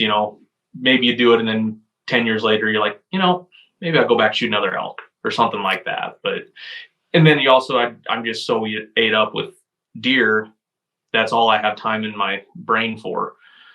Yeah. Well, when we were in Saskatchewan, we were like 2.5 hours from the nearest gas station, like no cell service for 2.5 hours. And then there were people showing up just to fish. Like, dude, you drove 11, 12 hours north of the border to fish. And like, oh yeah. And they'd come out for a day and fish and then go on to the next one. I'm like, you guys are nuts. To each their own, I guess. Everybody has their thing, and people that's not your thing, we're going to think they're crazy. But they probably think we're crazy sitting in a tree stand. I got deer in my backyard. I don't see what why it's so hard and why you would sit in a tree stand in the freezing cold for, 8 hours and then still not shoot anything. Oh, yeah. Yeah, no, I mean, that's for sure. I will say if there's one thing I'd do again was the pike. We got to fish for some pike up there. And I don't know if you've ever fished for sand bass or white bass, whatever they call them for, but like they fight way more than their weight. And with pike, we were just going out there throwing spoons, and it felt like a Mack truck hit your lure, and they fight. And it's like you get them up to the boat, and it seems like they're not fighting super hard. The second they see the boat, they're like, "Oh, I know what's going on here," and they flash and run again. You're like, "Oh, this is free." Pike are fun. That's one I would do again, I think. Yeah, and it's like it's an opportunity. It's whatever. It's the whole part of the the experience of doing the whole trip and stuff. So it'd be fun to do once. My dad used to tell me he would go up to Canada when he was growing up, and I've always wanted to go once. It's like I'd love to take my dad one time and go fishing, catch a bunch of walleyes and pike and stuff like that, just one time, So maybe that's a bucket list thing I push up towards the top of the list. Well, you got you're living in one of the best places to hunt whitetail. So you got that checked, and now you can kind of free yourself to go hunt some other places. There you go. Right. I did want to talk about. So I watched a video on your channel that was really good. I believe it was self-filmed. The buck that you shot last year, was that your first booner? Oh, the 177-inch buck? 2 years. 2 years ago. Yeah, that was 2 years ago. Yep. Yeah, that's the biggest deer I've ever killed. I have it wasn't from lack of trying. That was by far the biggest deer I've ever killed with my bow. The biggest one until then, to be honest, was like 140. Mhm. But I have, I don't know, 4 or 5 deer on the wall that are older, that are 6, 7 years old, that just don't have the rack. I mean, I have a buck that I killed in 09 and shot out with a muzzleloader, and that deer was like 8.5 years old and scores like 118. So I mean, I've killed a lot of mature deer. They just haven't had the rack to match. Oh, I shot one a couple years ago, 2021. Is a funky one, has like a handlebar on one side, like you could ride him going somewhere. I promise you, he's only 60 inches. But when the taxidermist pulled the teeth on him, it was like, dude, this deer's like 7, 8.5 years old. And I was like, it feels we have several deer on our leases right now that probably 125, 130. And my buddy's like, well, I want to hold out for a bigger score. And I'm like, you're telling me that 240-pound sucker comes in, you're just going to be like, no, I'm good. And he's like, no, you're right. I'd probably shoot it. And I'm like, dude, I know it's hard not to. When a mature one walks in front of you, it's so hard not to sling an arrow through him. Yeah, the goofier, the better. I am a huge fan of just the less amount of points, and the older the deer, sign me up. I have 2 7-pointers that I've killed that are in the 30s. And that's awesome. It's, I get them on camera, and I'm like super excited about this 130-inch 7-pointer that's 5 years old. And my buddy's like, man, you got like some 160s on camera. I'm like, yeah, but this one's neat. Like and it sounds dumb to say because I'm from Iowa, but there's a lot of 150, 160-inch 10-pointers, and they're very things more than a 30-inch 7-pointer or a 130-inch 6-pointer. Like, to me, that's more of a trophy than some big huge deer that they're kind of cookie cutter. It like, once again, spoiled to say it. And I don't have a ton of them on my wall. I had like before that one, the biggest deer I'd killed was I think like 155-inch 10. He's awesome. He's my best deer for a long time, but those old deer that just don't have a lot of points or they got all the junk, like sign me up. Character kills. We have one that he has legit probably 8-inch eye guards, and he has main beams, and it looks like you took a sawzall and just cut every point off from there. He has no G2s. He's a 4-point, but he has a full frame and 8-inch eye guards. I'm like, why can't I take those 8-inch eye guards and put them on one of these 10 points is 150 inches and maybe 160? But no, he's just, dude, they always have, even that funky one I killed a few years ago, like one of his eye guards is like 8 or 9 inches long. I'm like, you have such good attributes, but just not all together. They're just like weird. Right. Yep. Yeah. And the genetics on each farm are so different. Like my farms in Southern Iowa, big, eye guards or brow tines are very common. Like 5 inches is like every deer. Every deer has 5-inch brow tines. That's how they are. It's the genetics in the area. We struggle with that a lot. It seems like if you get a deer that has 3.5, 4-inch eye guards, you're like, oh, at least he has a set. I've got a buck that I got a 120-inch buck I shot on public land, but he's a 120-inch 6-point. He has eye guards. They're not even over an inch long. He's a 6-point. And you're like, okay, yeah, he's an 8-point, but not really. You know what I mean? Like, there's a lot of bucks like that just super clean, but just looks like someone eye guards are gone. Right. All over the place. Well, tell me, I do want to hear a little bit more about that 177-inch buck. What was the story on that one? I mean, I'm sure people can go watch the YouTube video, but if you kind of had to briefly tell it here, how long did you know about him? So I didn't realize that I had pictures of him the year before till after I killed him. I was showing pictures to Greg, and he's like, dude, that's the deer you killed this year. And I'm like, what? He's like, no, look at the brow tines, look at the twos. And I'm like, oh crap, yeah, he blew up. So going into the season, he was the first buck I'd gotten on cell camera, and I thought he was like 160. You know, not a great picture of him. He had short twos, and I'm like, okay, you know, good deer. You know, like I'll shoot this deer. And was hunting other farms, just having a horrible time. You know, I had one buck I had come in, and I shoulder shot a big 8-point like the day before, like 2 days before. I mean, hit him dead square in the shoulder, no penetration, like literally the arrow was deflected. It's like I shot him with a rubber blunt, and totally fine, like not even, like barely even hair on the broadhead. Like I thought I had not a broadhead on there when I shot him. Like that's like literally, it's on video. I hit him, that arrow just falls, and I'm like, never seen anything like that. So I was down in the dumps, and I believe it was a Sunday, and my wife was taking our daughters to her sister's house, and I'm just like, I'm not hunting. I don't want to hunt. It's like the 12th or something in November. I'm like, I'm done. I'm going to watch football. I don't want to go. And 10:30 rolls around, and this buck pops up on my cell camera with a doe. And I'm like, okay. And then he pops up like 3 more times, like in 5 minutes. He's dogging this doe. And I'm like, okay, gotta go. And it's an hour and 30 minutes away from my house. So I grab everything, throw it in my truck, drive down there. At this point, it's like 12:45 by the time I get walking to the stand. Get into the stand, get everything all set up. I grab my phone, and I, you know, like I'm watching football. I turn, get on Hulu, and I'm flipping through watching one of the games, and I hear something running, and I look up and I see a doe. So put the phone away, and here he comes behind her. And they come in right in front of the camp where the cell camera was.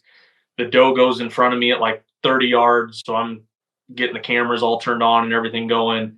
And he comes in quartering to me and just stops. And he's at like 31 yards. I'm like, okay, he's going to walk this trail, because the doe had kind of, kitty cornered me. And I'm like, he's either going to follow her, but I think he's going to walk down this old ATV trail, and he's going to be at 8 yards. So I shoot a single pin. I'm like, it's on 20 yards. I'm good. And he just sits there and sits there and sits there. And then the doe kind of goes another way, and he walks in closer, and I draw back thinking at any point in time, he's going to stop. Well, then he stops facing me, have to let down. Well, then he turns around and goes back where he came from, and is at like 31 yards, move my sight. And I'm like, he's out of here. He knew something wasn't quite right. He couldn't hear me, couldn't smell me, couldn't see me, but he just knew something was off. And I stopped him right before he got back in off of the trail and sent it. So hit him a little back, but he's quartering away. It went up from the liver up into the ribs and got the offside lung, and he tore off, blood pouring down his side.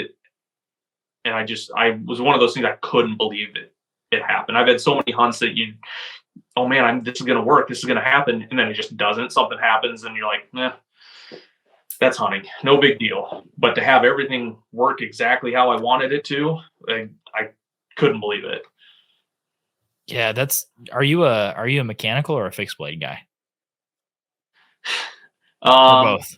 So I overthink it. I mean, that was an expandable. It was an expandable, and I would have killed him with a fixed blade too, but having that huge entry hole with instant blood everywhere, I think the blood trail was better early compared to what it would have been at the fixed blade.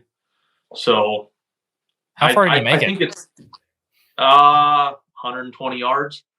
Oh, not too far at all then. He died running. I mean, like, I waited maybe 45 minutes, and I took a little video and sent it to a couple people, and half the people like, man, you better wait. Man, you hit him back, you better wait. Other people are like, dude, look at the blood, and go get him. He's dead right now. And So I waited like an hour, got down and I didn't find the arrow.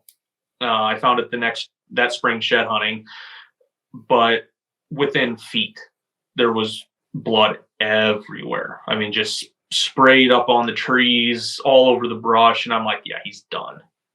So I hit that artery, and literally I just walked, followed the blood, got out in the open CRP, and it was sunny as sunny could be. And you could just see that main beam just glowing out in the sun. And I'm like, holy cow, I actually did it. I mean, you hunt your entire life for, booners. Like when you say that, everybody knows what that means. Like that's a universal term. Right. What is it like when you walk up on a deer? You're like, all right, I've been hunting for 20 plus years and I finally get to see one of these things on the ground that I killed. Like, was it really satisfying, or was it surreal, or what? How'd you kind of feel? I didn't think he was as big as he ended up being. Like, I got pictures of him and I thought he was low 60s, and I walk up on him and I'm like, holy cow, you're pretty wide, man. You're a good deer. He might hit 170. And I get home that night and I'm like, I got to measure him. So I measure one side, and I forget what it was. It was like, I had the score sheet over there, but it was like high 70s. And I'm like, okay. And I measure the other side and it's right there too. And I'm like, oh God, like this is a big deer. And I measured him 3 times and got 177 or 177 and an 8. And I'm like, holy crap. Like it's a pretty easy deer to score. He's a mainframe 6x6 with a kicker on 1-2 and then a little tying off the base on another one. And so I'm like, I'm not screwing this up. And I had a guy from Buckmasters with Buckmaster scoring. It can be green and there's no net. You get total inches. It is what it is. And he came like 2 or 3 days later, and I think he got 176 even. Well, I went and I basically netted the deer off of his measurements and got 169 and an 8 net, typical. And I'm like, holy crap. So I called Cameron Coble, who's I've been friends with him for years. He's a Boone and Crockett, Pope and Young scorer, scores giant deer every year. And I kind of sent him the sheet, and he's like, dude, I know guys that have 5 200-inch deer that don't sniff net Boone.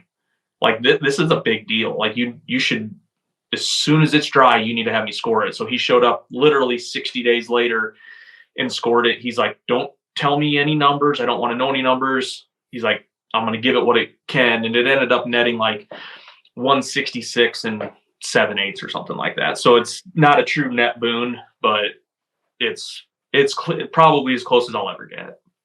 Yeah. The drying period thing is interesting because it definitely makes a difference. Like I scored bucks that have lost 3 inches, 2-3 inches, like pretty easy, which I don't know. How do you score them 60 days later as they are? I like to score them as they were when they were alive. It's like, that's kind of how I always remember them. But Jake shot a 162-inch buck that we scored wrong. We didn't add it up the right way or something. And that was after it dried. It grossed 162. And I was like, dude, this thing could have been 165. Like, and my uncle, he shot one on public land last year that I scored at 169. And then 60 days later, it was like 165 and 4/8 or something like that. I was like, okay. Yeah, I think they lose a few inches after that drying period for sure. I mean, some of them definitely do. A lot of it is the skull plate, the skull coming together. So you typically lose a lot on spread. But antlers are hard. I mean, you're going to lose a little bit, but mine actually, I scored mine at 177 and an 8 green, and Cameron scored it at 176 and 7/8. So 2/8 inches off after 60 days of drying. So maybe I scored it too low to begin with. I don't know. But to get what 2 people scored it right away within an inch and then have it only, shrink, a quarter of an inch was pretty crazy. Yeah, that's That's nets are for fish anyway, so who cares? But Right. And that's honestly, awesome. and I don't care. The only reason I even had it professionally scored was because it was so close to being a legit net boon. Like if I would have scored it and it would have been, 168, I never would have had anybody score it. Like I know what it scores. I every deer I've ever killed, I can get within an inch of. I've scored enough sheds and deer that unless it's something funky that I have issues with, I'm within an inch. I'm close enough that I know what it is. Yeah. Yeah, I mean for sure. It sounds like the cell cam was a really big portion of that hunt, like to just be chilling at the house watching football and then getting a notification. That those things are I live like 5.5, 6 hours from my lease, and being able to know when to stay and when to go in certain situations, that's kind of a big deal. It's a hack, I think. Cell cams are the biggest innovation to happen to hunting since like compound bows, in my opinion. Like I've seen other podcasts and different arguments and stuff about it making us worse hunters or better hunters, and I mean I see it both ways, but why wouldn't you want to be the most efficient and effective as you possibly can? Like a lot of guys, these big name guys get trashed for hunting out of blinds, box blinds. Like juries are famous for killing giant deer out of box blinds now. They don't even hunt tree stands. Well, if the whole point is to kill the biggest, most mature deer out there, why wouldn't you put every single odd in your favor? Hmm. I mean, I agree with you. That's how I look at it. And there's, I want to do it. I want to make it hard, make hunting hard again. It's like, why? I mean, if it's legal and it's ethics or, up to the individual, one person will say, well, shooting a deer off of a corn pile is unethical. It's probably the same guy that's got a 2-acre brassica plot, where they mowed their corn, mowed the cornfield down and shot a deer off mowed corn. We're all not going to agree on all of it. And as long as you're not breaking any laws, I think you just have to kind of brush it off and go that way with it. A lot like the public, hunting public and so glorified the last 4 or 5 years. And I look at it as if you gave any one of those public hunting guys that, like, if I go to this state, I go to this state, I go to this state, I go to that state, public hunt, if you gave them 200 acres of private ground, you think they're going to turn it down? No, no way. So right there is your answer. Like the only reason that you're glorifying, certain people will glorify the public land is because that's what they have. Which is fine. I have mad respect for somebody that consistently kills deer on public ground. I had to hunt in Kentucky and I hated it. Absolutely hated it. No intel, no pre-hung stands, like going in blind. And there were giant deer killed off that public last year. There were multiple deer over 200 inches killed on that public last year I was on. So, I mean, it's not like they're not there. I just ran into like the perfect storm of bad deer hunting. Yeah. Well, and making hunting hard again. You're never going to make anybody happy with the way that you hunt either, because if you're not doing it out of a saddle upside down on public land with a trad bow, then you're not hunting at all. And it's like, no, I didn't. Yeah. And you have to kayak in. So. Yeah, exactly. It's interesting because I started hunting public probably 14 years old, but it was only because we didn't have any big deer on our private. We're like, all right, there's bigger deer on public. Let's go try this. It can't get any worse while we're hunting on private. And you're right, though. It seems like the last 4 or 5 years, people kind of bash killing a deer on private. It's like, dude, what's wrong with that? Everybody that you looked up to, every DVD you ever watched, none of those were ever on public land, by the way, ever. Yep. And as long as you acknowledge that, hey, yeah, private land hunting in general is typically better because you can manage it that way, and and understand that everybody's access is different. You don't have the same piece that I hunt. Even if I hunted Iowa, my piece might be better than yours. I mean, there's no way to ever manage that. So it's just like that's so whack to me. Right. Trying to compare things that have no right to be compared to each other. It's, I work harder because I got to find a deer and scout for a deer, and I'm hunting, I have to hunt the hunters and do all this stuff. Well, yeah, but the guy that's on the private ground is putting, $10,000 worth of implements on his corn or beans, and, how many gallons of diesel has he spent and hours of chainsaw work, and you can't compare the two. They're two completely different things. And it would just be better for everybody if they didn't, because nobody's right or wrong. You're never going to, it's like a non-win factor. Like at this point, it's almost like a joke. Like, well, what's more important, shooting a 2-year-old 110-inch deer on public or shooting a 150-inch 5-year-old on private, is more accomplished. Yeah. Who knows? Yeah. It's in the eye of the beholder. Yeah. And I mean, everybody's entitled to their own opinion. And I do a lot of both. I probably do 80% public during the year. And when people ask me, should I look for a lease or should I hunt public? I'm like, do both. See which one you like. I like doing both. I love knowing, all right, I got a 7.5-year-old buck and I can go shoot this sucker on opening day. Pretty good chance at least getting a shot opportunity. That is fun. I love having that in my back pocket. I also love going out to public and roughing it. But I also like going out to public, roughing it, and knowing, all right, I still have a 7.5-year-old buck to go chase on private when I get done. I like doing it all, but and it's to each their own. Some people love it, some people hate it, some people love both. There's nothing wrong with any of it, I don't think. Right. Yep. I agree.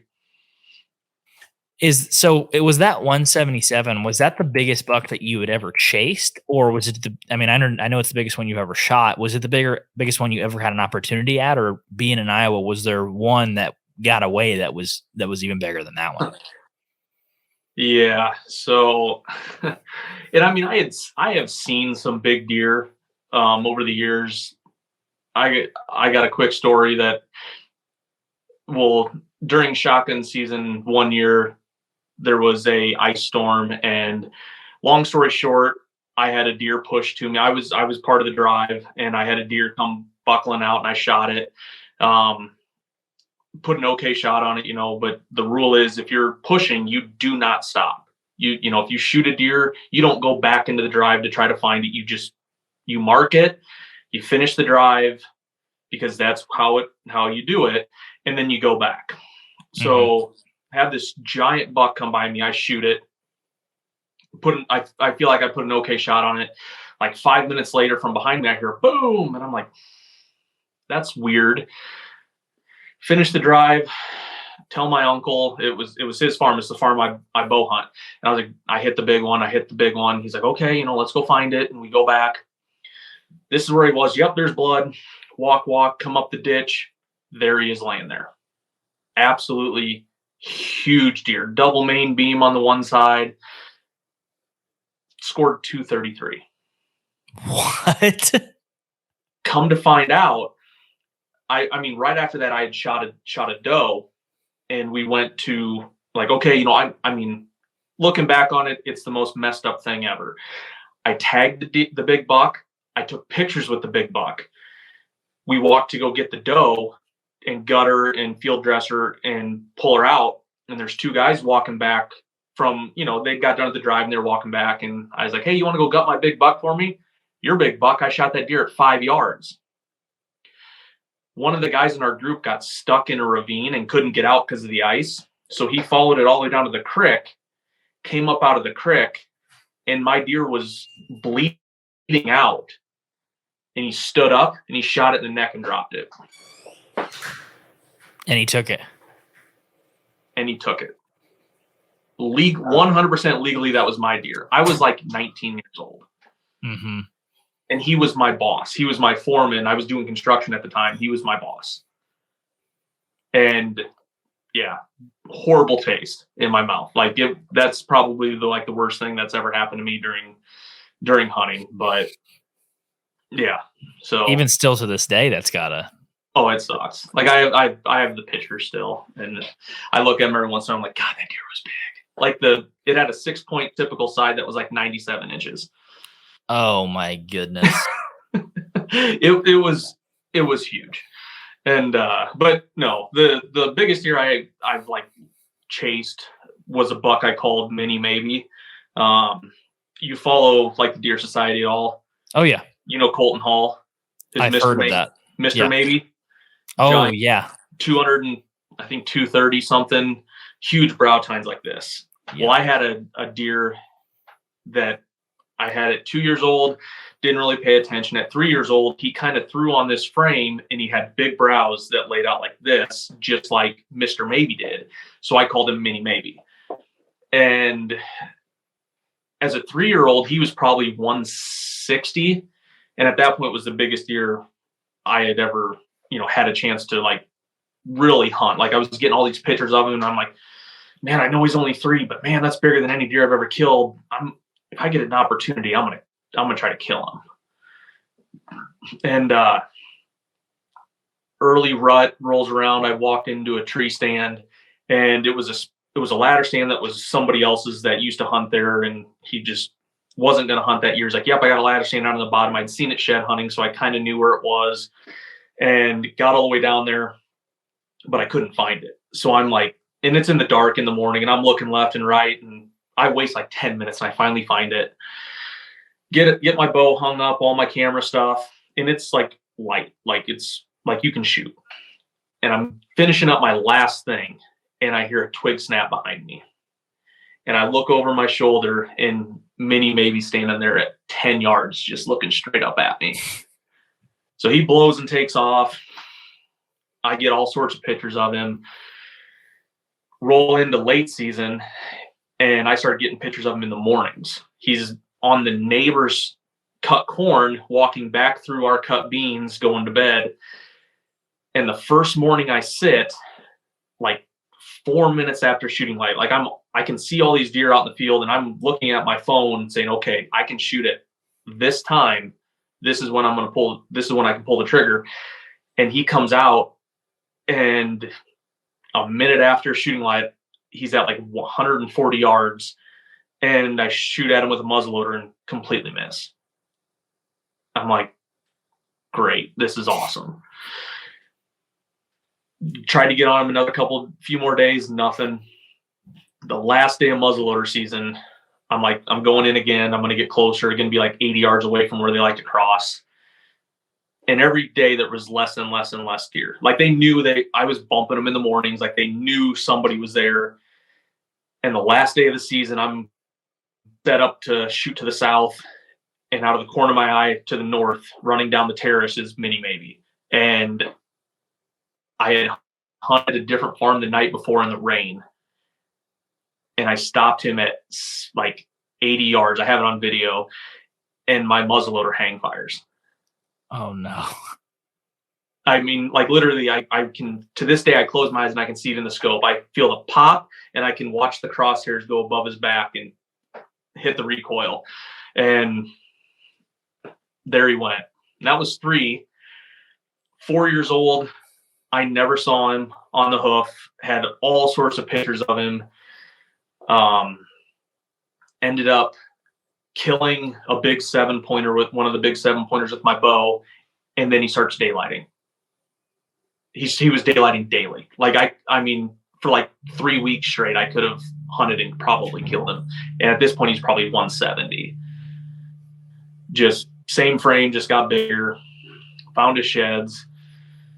Went to hunt him the next year, and the farm was kind of getting, the landowner that owned it, they had sold part of the other side of their farm to their son, and they had a house on it. They had grandkids, and they were riding 4-wheelers and stuff like that. Well, I'm trying to kill this 190-inch deer. At this point, he's like 190, and I'm getting all sorts of pictures of him. So I have like legit 30 cell cameras all over this farm, and another dozen regular cameras. And the landowner calls me and was like, hey, this is the last year you can hunt. We're not gonna, grandkids are getting older. They're wanting to, run 4-wheelers all over the place. And I'm like, okay, well, season's over January 10th. And this was like during shotgun season where you can't bow hunt, you can't muzzleloader hunt. It was like December 15th. And I'm like, okay, can I still hunt the rest of the season? And she's like, yes, that's fine. So I get a picture of a big 9-pointer, the one over my shoulder, Christmas Day.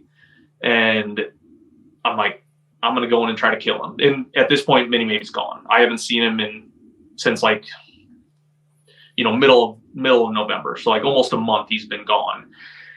And I killed this deer because of the cell camera too. I watched him go to bed, snuck in there, shot him that night. Greg helps me get him out, and we're kind of laughing like, man, this was fun. I'm like, I can't believe Mini Maybe never showed up. And I'm like, yeah, he'll show up now. I know more than get home. So like 40 minutes, and I get a notification on a certain camera. And before I even looked at it, I went, it's Mini Maybe. I know it is. Opened up my phone, and there he was. There he was. And I'm like, you gotta be kidding me. So, and then that spring I shed hunted and found his matching set. And that's pretty much it. I have 7 of the 8 sheds off of him so I have his 2-year-old set, 1 of his 3-year-old sides, his 4-year-old set, or no, I have his 2-year-old set, 3-year-old set, 1 of his 4s, and then his 5-year-old set. And what did they score that 5-year-old set? They're right at 190. And with how big of a spread? 18. And he probably had a 20-inch spread. Oh my gosh. And how long ago was that? Oh, there you go. Oh my goodness. Yeah, you're not wrong on the eye guards. Holy crap.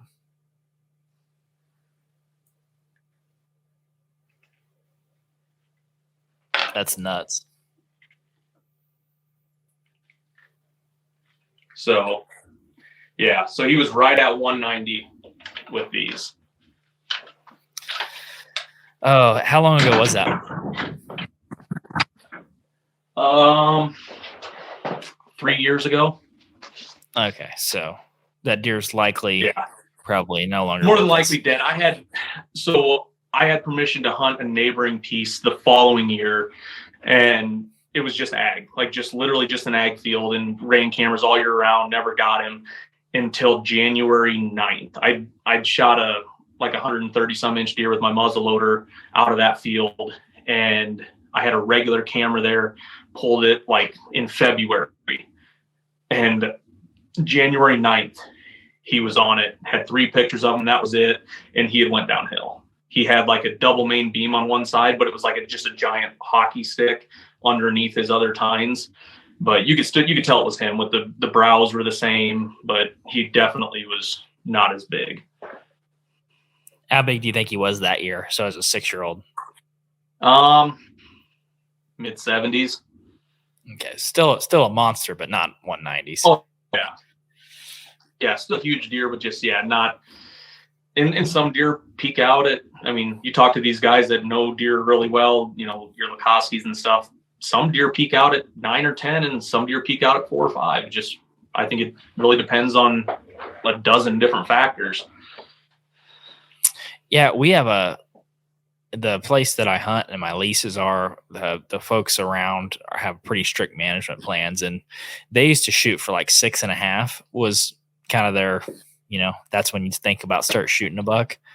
And so little of those deer, in my experience, go like, it seems you get them 5.5, 6.5. It seems like that's about it. Like I shot one that was 7.5 last year, and he was, I would say, freaking identical to the year before. It's so disappointing though when you're like, all right, I got a good chance of this one making a jump, and then they're 2 inches bigger or the exact same size. That seems like more often than not, that's exactly what happens.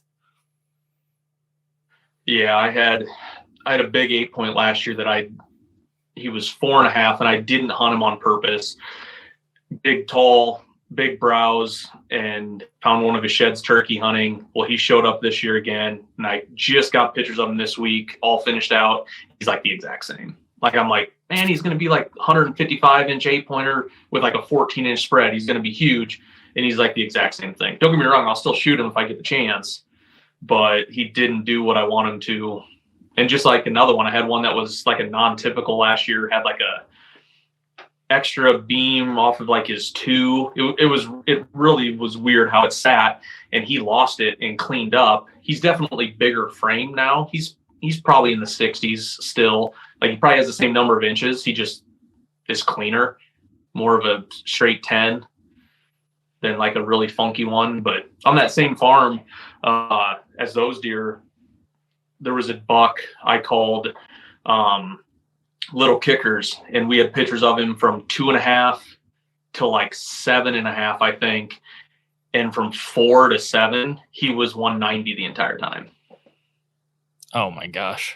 Like the neighbor passed him as a 4-year-old like a dozen times, passed him as a 5-year-old. He's like, yep, he might have had just one bad growing year. We're going to give him one more year. And then he shows up as like a 6-year-old or 6 or 7-year-old, whatever it was. And he was basically the same thing. And then a different neighbor killed him. I'm sure he regretted that, didn't he? That neighbor's killed a lot of big deer. So yeah, I guess any guy that's, passing 190-inch deer probably has a few more on the wall than me. Yeah, he was very prominent back in the day, and he's killed a lot of giant deer, and very, very good hunter. And that's one of the downfalls of having property by those guys. The plus side is they pass the deer that need passed. They manage the deer, they manage the does, they put in the plots. So those deer get to their full potential, but they're usually really, really good at killing them too, which is, just part of it. Yeah. I mean, speaking into this year, I mean, we're only less than 2 weeks out, it seems like, from season. Is there any particular deer or anything that you're devoting your season to, or are you just looking for a good buck? Are you holding out for a particular size or age or anything like that? Or are you just going to ebb some flow, see how it goes? I mean, I'm age over beauty sort of thing. There's, if you can get that deer to, I like 5. If there's a 4-year-old that pops up, I don't know. I try not to.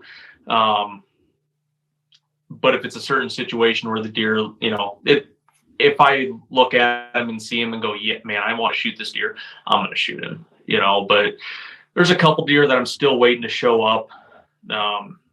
One I've had like 3 years of pictures of on the bedroom buck. I always got him on one camera in the bedroom, and found one. First time I found his shed was this spring. Really nice 5-point side, and nothing crazy. He's probably in the 60s, but he'll be maybe 7 years old this year.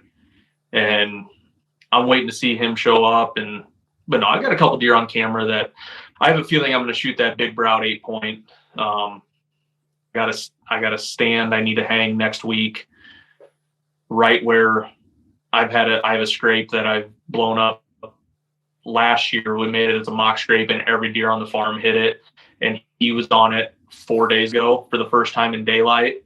And I know all the other big deer right there, so I just have to get in there, get a stand hung. But I'm feeling he's the one I'm going to end up probably killing. Hey, there's nothing wrong with that. I really, I'm a sucker for a big 8-point too. I mean, I'd shoot a big 8-point every single year if I could. Yeah, the one I shot last year, he's a mainframe 8. He's got a split 2. He's like 153, But I shot him October 25th, and it sucked because it was the first time I run the rut. But then I was thinking, if he would have showed up November 1st, I would have shot him. What's it matter? He was a deer. He was a hit. I was lucky to him in October instead of November. Oh yeah, there's nothing wrong with that. Well, man, I really appreciate you doing this. I've had a good time talking to you. It's been really fun. We've covered a lot of different kind of topics too. So it's been a good episode for people that want to connect with you or watch you guys' fall or hunts. Where's the best place for them to do that? So we post all our hunting videos and stuff on YouTube. It's Outdoor X Media. We run a lot of stuff through our Facebook, and we have the Instagram stuff. It all depends. I mean, I do probably 95% of it. I mean, I edit all of our hunts, all the YouTube stuff, we all that, and run the Instagram, do some, Greg does some of the stuff on Facebook. We do a little bit of TickTock.